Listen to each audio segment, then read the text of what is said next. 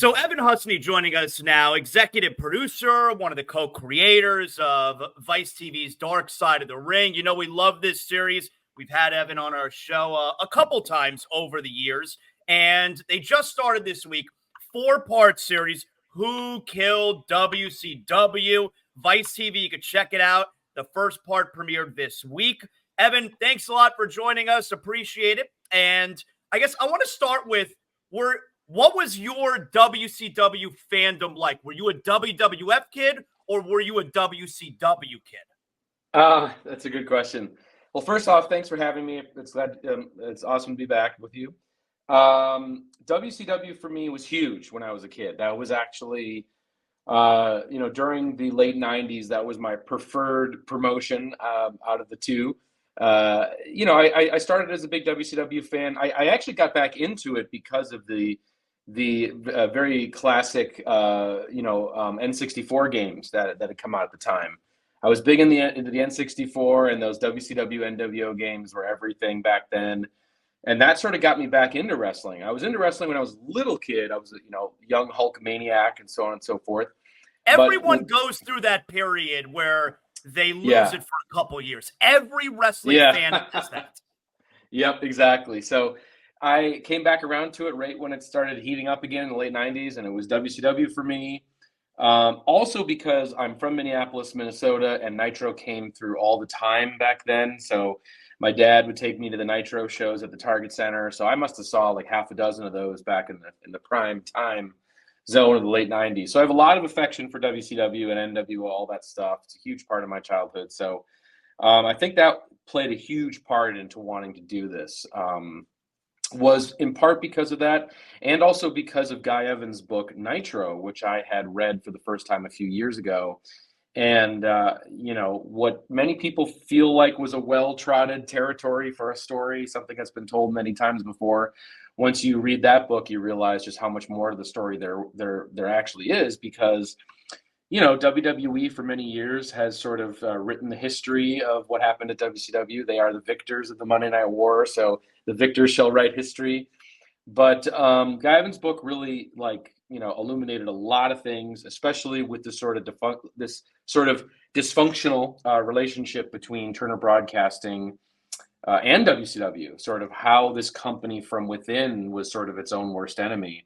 And that was something that was really sort of underappreciated for many years with that story. And so we felt like there was enough room to explore some new territory. Now, granted, this is a 4-part series. Episode 1 just came out this week, and that's sort of the, setting the table, if you will, for this story, getting all of the elements in place, everybody caught up to speed before we really dive into, what the sort of, systematic downfall of this company was.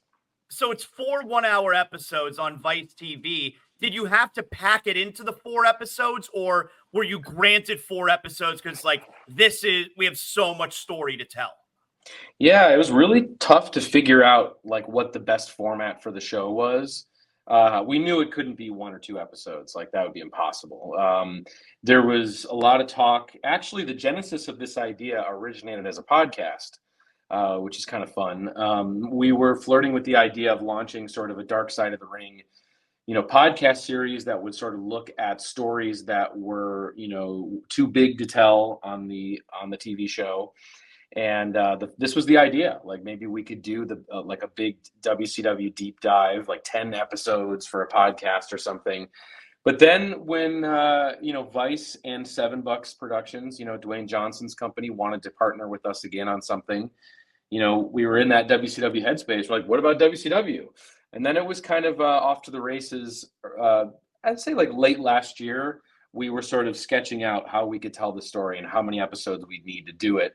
That combined with just budgetary factors, we landed on 4 as kind of the magic number. And I think it works great. We're not stretching anything, we're not sort of, backing it into those 4 episodes. We really felt like 4 hours was, enough to get into this, to sort of for everyone to walk away with sort of a new understanding of what took place at WCW. How has it been working with The Rock? Well, awesome. I mean, we had worked with The Rock and $7 and Brian Gewirtz and all those guys over there once before when we did the Tales from the Territory show, which was just a few years back. And yeah, we wanted to get the band back together, so to speak, to do something different, something new. And it was great. And this was even a greater experience for me personally because Dwayne wanted to sit down for an interview for the show, which obviously is awesome and helps out the show tremendously. And even in a practical sense, like I've told this before in talking about this show, but interviewing a lot of the people from WCW back then, it's like because of the way things went down and the last several years of that company weren't the greatest. A lot of people look back at WCW with sort of a more negative outlook, more like dejected demeanor.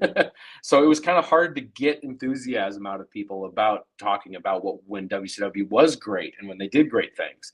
And so we sort of needed a hype man, for lack of a better word, to put all this over. And Dwayne wound up being somebody who could serve that role, somebody who could say on camera, hey, the NWO shit was great. And, they were kicking our asses, and it sort of motivated the WWE to be better. And so it was great to get that voice in the show. And I think he sort of winds up serving as like the only voice from the other side of the fence with WWE. Anything pertaining to WWE, he sort of comments on, but all the other voices in the show are solely that of people who are from the inside of WCW. So does anyone, like, is everyone's attitude, more toward the negative side? Like Kevin Nash, for instance, does he eventually, does he look back on some of it as positive, or is it all bitter? No, he looks at some of it as positive. I mean, I think everybody is very proud of the 83 weeks. Of course, the 83 weeks where WCW was beating WWF in the ratings. It was 83-week streak. I think everyone's very proud of that, as the only real other wrestling company that could have pulled that off at that time. I think that's something everyone's still very proud of. And they should be, because that's amazing. It's miraculous. Especially by today's standards. Imagine someone coming around and doing that now. It'd be wild. So anyway, yeah. So I think that there are good times, but when you're talking about the legacy and you're talking about the whole enchilada, the whole picture of the company, it's not the greatest. But Kevin Nash has a very unique outlook on all of it. Obviously, he looks back at it in terms of his compensation, and he was very well compensated over those years. And for him, and like others, a lot of it comes down to money, and that's why he has these great one-liners in the show. My check didn't change, during the whole process of this. So it kind of does remind you that at the end of the day, there is an outlook to all of this where it is just purely financial. But then again, that might not last forever. So now I say this while telling you that he is my all-time favorite wrestler, and I love him very, very much. But how bitter is Bret Hart? Yeah, I mean, it always makes me laugh. He has a way with words that is very entertaining. But we needed somebody who was, who had that experience coming into the company, and it just not working. He had the worst experience, right? No one had a worse experience than him. Yeah, he's sort of exactly. I mean, especially how his career ended, of course, which is discussed in next week's episode. And so he's kind of this case study, if you will, for WCW, for someone that sort of came in under the idea of, okay, well, maybe Bret's going to be the star of our new show, Thunder. And it kind of came in at the worst time because they were really stretched thin creatively. And, when WCW just grew into booking almost 10 hours of wrestling a week, and it's like that sort of attention to detail, which is what made that company so great in 96 and 97, was impossible to keep up with in 98 and 99, which of course is right when Bret is coming in, or, at his peak in this company. And so, we needed someone who sort of had that experience and can give that sort of side and aspect to the story. It's not a very surprising one to those of us who know, but for those who don't know, it's definitely pretty dramatic. It's so interesting, the difference with WWF back then and WCW. And I know DDP mentioned it in the first episode. Kevin Sullivan, I think, mentioned it as well in the first episode, where WCW pay-per-views, essentially, the card, like the matches altogether would be great, but they could never figure out the main events, and they could never figure out the finish to the main events. And in WWF, there were lots of pay-per-views where the card was kind of shitty, but boy, the main events were always awesome, and they knew how to close out a show. Yep. I mean, that is something that's mentioned in the first episode. Or I believe it's the first episode. They all kind of bleed together for me now after seeing them so many times. But the idea of WCW having chronic bad finish, syndrome, as Eric quips, which is true. And it's interesting because the NWO, a lot of people criticize, while it's this groundbreaking thing in 90s wrestling, it's also kind of the sole great idea that the company had, and they couldn't quite figure out a way how to keep it going and the momentum of it. And I think a lot of people, at least I've heard with just listening to people chatter about the show since it's come out, which is very interesting, is this idea that, the NWO comes along, but I think the one thing they lost sight of, and maybe this is because Eric Bischoff became a member of the NWO, but they sort of lost sight of the fact that at the end of the day, WCW had to come out on top, of course, in kayfabe and storyline. The idea of the WCW wrestlers should have been the ones that sort of came out on top, and then that would have led, of course, to the NWO sort of rebuilding. And Conan mentions this too, who I think is great in the episode. He mentions it in the later episodes where, there was this sort of, it was really hard to get the mid card to interact with the top guys. There was a clear line where those two didn't mix. So I think if you would have been able to have, what's very interesting is that WCW gets criticized for taking all of WWE's talent, to make their stars. But what's ironic is after WCW folds, it's all of the WCW talent that winds up going on to make WWE into the future, obviously. Chris Benoit, Eddie Guerrero, and folks like that, right? And so it would have been very interesting to see if WCW would have been able to recognize how great those mid-card stars were and how they could have been main event stars. If they would have recognized that, then maybe that would have been the thing that could have kept the company going.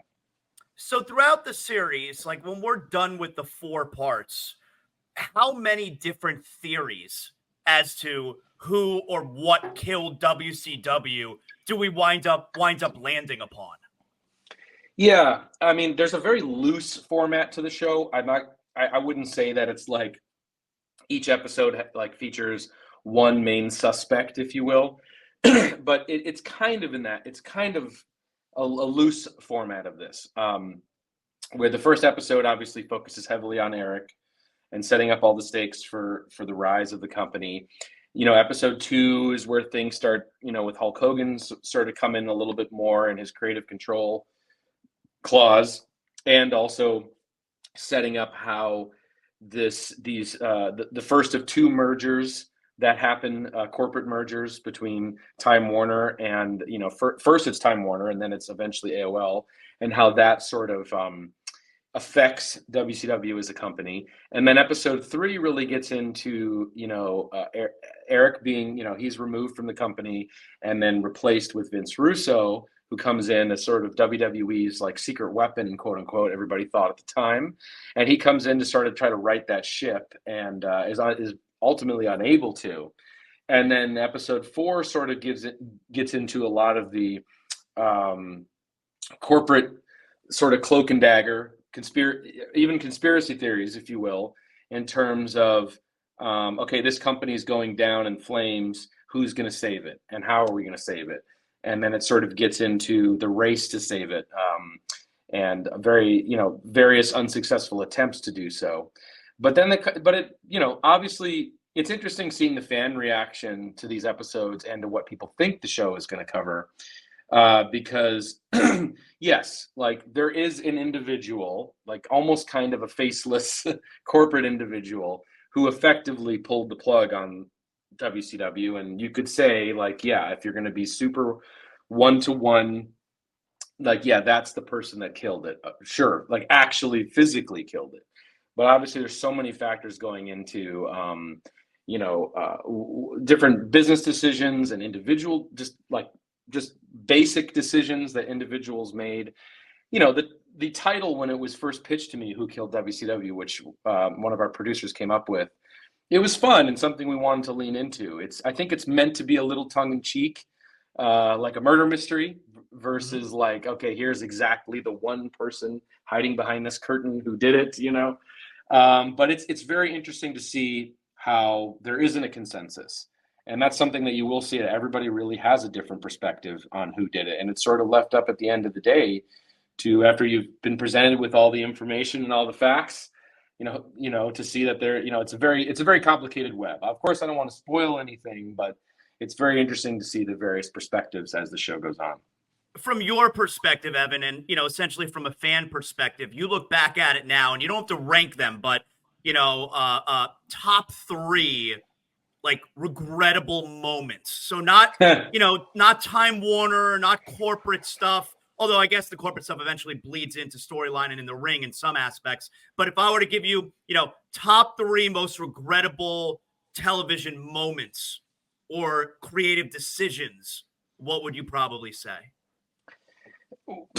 Well, it's hard to not put Starrcade 97 in there. I think that is one because it kind of set the tone for what would become a very difficult sort of fan relationship with the company, where you're having an audience invest in a storyline, especially one that long as the Sting and NWO sort of storyline was going on for months at a time. I mean, over a year. And then you have the payoff being so unfulfilling. It sort of that sort of started that lack of trust, I think, that the audience could ultimately have with this company pulling off a long-term storyline that felt like you were really that it was worth it. It was worth the investment, and that's one of them. And I think that again, there was so many different things that could have been done with the NWO following that, and of course with the strength of WCW rebuilding after that, that would have been great. So I think that's a big one. It's hard to say because episode 2 is going to get into a bunch of them. There's obviously the finger poke of doom that everybody name checks as a big moment. That one is pretty bad in terms of, but there was a lot of factors surrounding that one. You sort of had this rematch with Goldberg and Kevin Nash that kind of got sidelined because of an injury, and then Hogan comes in and sort of changes the script, and we get this kind of just very half-baked idea, which again would become something that would be more regular on WCW programming. So I do think that one's a big one, but I also think ultimately finding the right idea for what to do with Bill Goldberg after he loses, his streak. I think Goldberg was something that they had. I know for me as a kid, when I got into the WCW in '97 and was just so into everything they were doing at that time. And then, when Austin, The Rock, or I guess it was more so Austin and Mike Tyson was happening in March of '98, that brought me over to WWE. But then when Goldberg's rise was happening throughout '98, that brought me back. So it was I think being able to capitalize more on that and find the right idea for there is one. And then, I wasn't watching WCW at this time. But I mean, just the year 2000, I think just the year 2000 in general. Does David Arquette become champion in the year 2000? Is that the year? Yeah, David Arquette becomes champion in 2000, Bash at the Beach 2000.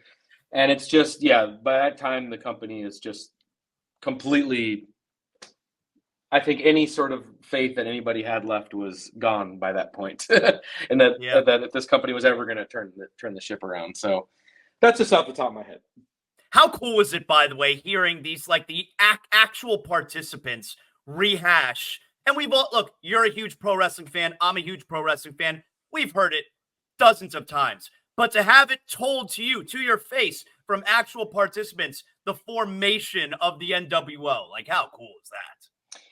Yeah, I love that. I just love all of the process, the sort of behind the scenes, from even a production standpoint. Any of those types of details I just really love, and we wanted to bring the audience into how these decisions are made and what the creative choices were.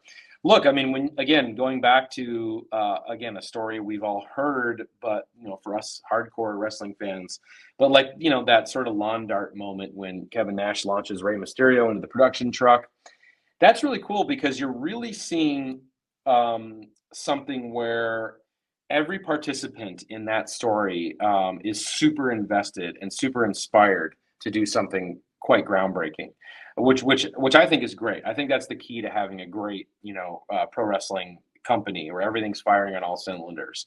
You have the production staff who's bringing in these influences like Hill Street Blues, in order to sort of film these backstage segments as if I thought it was so interesting the way that it was this Kevin Nash was describing backstage punches and fights that come off terrible. And then the way that they filmed it where you didn't see the violence. You're imagining what happened here. And I never realized that until it was explained to me there. I thought that was very cool. Yeah, I just love that. I think it's just that to me is again, like I was saying, all parties are operating like, they really care about this and they're very inspired. Kevin Nash is inspired by, the Hitchcock, and then you got the Hill Street Blues guy filming it. And then, everyone's on the same page. And I think that's just a key to running a good wrestling company. It's not just one person's vision. It's everybody equally having an inspired, vision and contributing to it. And I think that's just a perfect example of when WCW was firing on all cylinders, is right there. Who did you hope to get to sit down throughout the series and you just couldn't get a hold of? Hulk Hogan is a big one. Hulk Hogan's kind of almost seems like the big missing voice in the show. So I was a little disappointed that ultimately he didn't want to participate. Maybe he knows it's a minefield with WCW in terms of, a lot of the criticisms he often gets about his time there. But he's such a huge part of it. I mean, without Hulk Hogan, you wouldn't have had the success that they had, bringing him in, the heel turn, and with the NWO and everything. I mean, he's such an indelible part of it. There were days where I thought we had him, and then ultimately it didn't happen, which was unfortunate because I think that would have really put this over the top. So he's probably the biggest one. And then the other one is just that sort of, faceless Turner executive Jamie Kellner, who wound up running the company, Turner Broadcasting, towards the end, right after the AOL merger with Time Warner, and he's the guy that physically canceled the program. He went on record on Guy Evans' book, and it would have been great to have him in this. But ultimately, I think he just can't understand why people still care about this story. And he's like, why am I still talking about this 25 years later? And I don't think he has any affection for it or any affection for wrestling. So I'm not surprised he said no, but it would have been nice to have him on the show. Look, it's off to a terrific start as always. I mean, I've been talking to you every now and then for, I guess, years now since Dark Side of the Ring has, been created. It's such a fantastic show, and everything WCW downfall related is always so interesting. So I recommend everybody. This was the first episode of 4 that's coming out, Vice TV. Do we have anything else coming up, Dark Side of the Ring related, that we want to let everybody know about? Well, I'm sure we're going to keep the Dark Side of the Ring train going, for another season. It's not been made official yet, but I'm almost positive that we will. And who knows, man? I mean, I'd be really excited if we could keep the collab going with $7, and do more of these sort of limited series. I think it's a really fun format. One of the big it's always nice and flattering when some of your biggest criticisms from people are like, they wish things were longer or there was more of it. We always appreciate hearing that. And I think this sort of new format could allow us the opportunity to do, more, 4 episode sort of stories, one story told over 4 hours. I love working in that format. So hopefully we can do some more stuff like that. Great job, Evan. You guys keep up the great work. I love this series. It's obviously excellent, and I'm looking forward to these next 3 episodes. Thanks a lot for hanging out with us today. All right, man. Thank you. Take care. See ya.